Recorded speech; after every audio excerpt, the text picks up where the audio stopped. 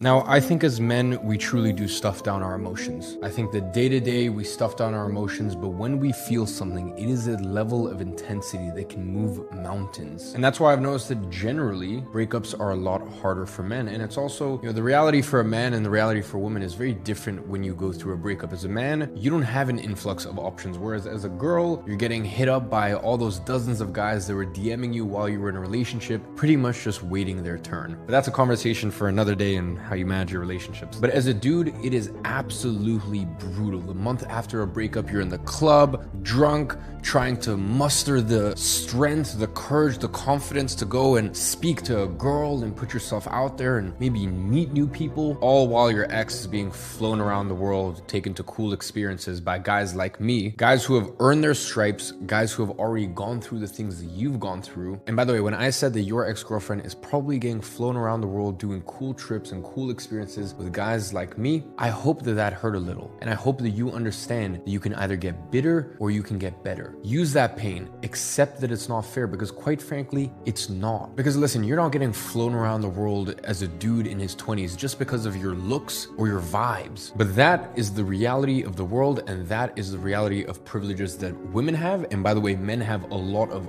other privileges. It seems that the year we live in, everyone just wants to fight men versus women. Who has it harder? One side bashing the other. No, I think you can look at things very unemotionally and understand that things are very different for men, very different for women. There are double standards for women, and there are double standards for not all men, a certain caliber of man, but that is a right that you have to earn. And that is why I want to start off by telling you about my first ever breakup, because I understand that that line may have upset you a little, that your ex-girlfriend is immediately getting snatched up by different guys and being flown around the world for cool experiences. But you need to understand that those same guys once upon a time went through the exact same thing that you are, and I am one of them. So let's take it back to a young 14-year-old E-man. I dated my first ever girlfriend from the age of 14 to 16. Beautiful relationship. It was my safe space. Now, a lot of you guys that know my story know that my house was a place that I was scared of, that I dreaded, that I didn't ever want to bring people to. I mean, my first ever girlfriend, I was so embarrassed in my house, not because I didn't have warm water, because I had no heating. I was embarrassed because in my bedroom,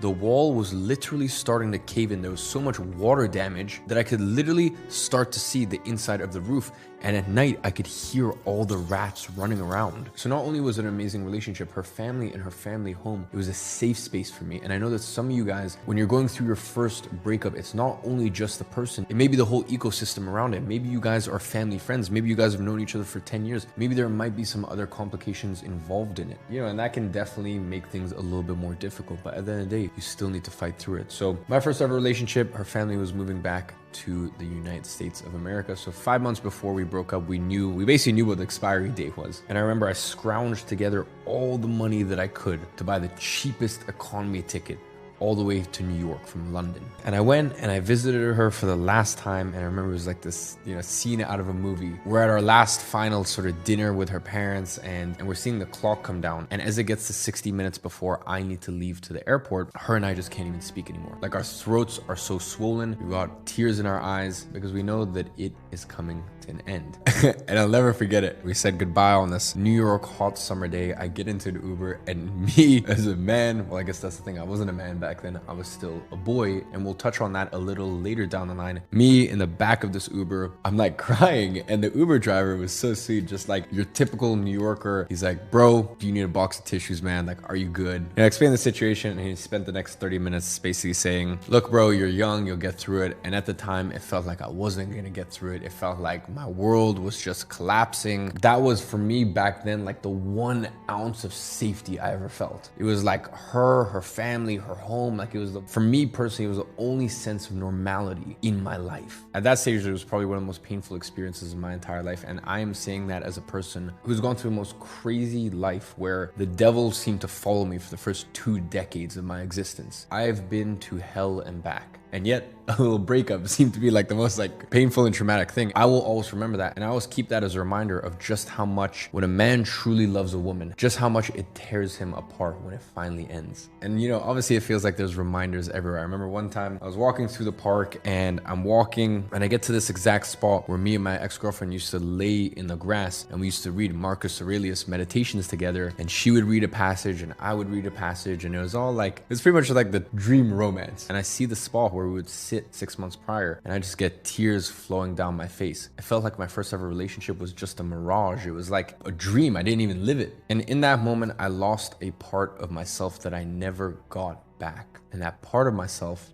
was the boy, which leads me into the first way to get over a breakup. And that is to welcome yourself to the club. The first way to get over it is to embrace that this is your initiation. I want you to think of your biggest heroes in this world and understand that we all went through the same thing. We all had this shared experience. This was all part of our initiation, to go from a boy to a man. I mean, really let that sink in. The fact that you and I have gone through the same thing, and you and I went through one of the same initiations to go from boy to a man. So it doesn't matter how strong someone appears, how brave someone appears, how much of a hero you think someone is. I guarantee you that their first breakup, the men that you look up to, their first breakup ruined them. And I can tell you that from firsthand experience, it was so painful. But isn't there something beautiful in that? Isn't there something beautiful in the fact that as men, we all go through it? We all have this shared experience. So the thing is, it's really hard to go through something when you think it's the end, when you think that it's the end of a chapter. You know, oh, my life's over, that ended, blah, blah. No, you need to start looking at it as the beginning of your new life as a real man. You need to go through the hero's journey, and you need to understand that in every good movie, there are ups and there are downs, there's turbulence. That's what makes it fun. And when you start viewing life as a movie, you start to have a lot more reverence for the difficult times that life puts you through. So I just want to congratulate you, and I want to welcome you to the club. The next way to get over a breakup is to delete all photos, all videos, and unfollow each other. Gentlemen, I don't understand why you keep old, cute couple photos. It really is very twisted to me, because you need to understand that at this point, to truly get over your first love, they have to be dead to you. They might as well be dead. Because listen, if you got broken up with and you get back together with her, she will forever look down upon you. Always. And if you broke up with her and got back together with her within the first year, well, then she'll think that you are an indecisive little coward and never take you seriously either. She's gonna think that, oh, you're just the sort of person that just flip-flops your decision. And listen, there's no reason you should be following your ex-girlfriend when you guys break up. Because first things first, she may be in a situation where she's hanging out with some gay dude. You know, someone snaps a photo and maybe she reposts it, you know, reshares it on her story. And now you think that she's dating some dude, or who knows, maybe it's a second cousin or something like that. And there's all these different misunderstandings. I guarantee you, you're gonna go on there and you're gonna look at who she's following and you're like, oh, who's this new guy that they follow each other and how do they know each other? And it's just gonna mess with your head. So don't do it, because you're either gonna have tons of misunderstandings. As I said, you know, maybe she's just hanging out with some gay dude, and that's a misunderstanding, but it's gonna play and it's gonna toy with your mind. Or even worse, there's no misunderstanding, and that dude she's taking a photo, well, guess what? That dude is piping your ex-girlfriend. Sounds harsh? Good. You need a wake-up call. So why is it? Why do you want to put yourself through that pain? Why do you want to see the dude who you passed the baton on to and now has your ex-girl? So listen, it does not come down to an immaturity thing. And if your ex-girlfriend goes, oh no, that's immature, we should still be able to follow each other, well, then you go, listen, my dear, if I'm an alcoholic, then do you think it makes sense for me to be following liquor brands on Instagram? Of course not. So in the same way, you and I shared a very deep, meaningful connection. And if I am to move on to the next chapter of my life, I should not be knowing or seeing what goes on in yours, and vice versa. It's not an immaturity thing. We can follow each other back in 6 months, a year, 2 years, whenever the time feels right. But for right now, we both have processing and moving on to do. So step one, and there's no ifs, ands, or buts about it, unfollow each other. Unfriend each other on Facebook, unadd each other on whatever the hell it is that you guys do. Just separate from a social media perspective. Step two is delete all of the photos and videos that you have together. If you absolutely must, then store them on a USB. I don't want them on a Google Drive or a Dropbox, because you can access them too easily. I want them on an old school USB tucked away in some closet, so that way on the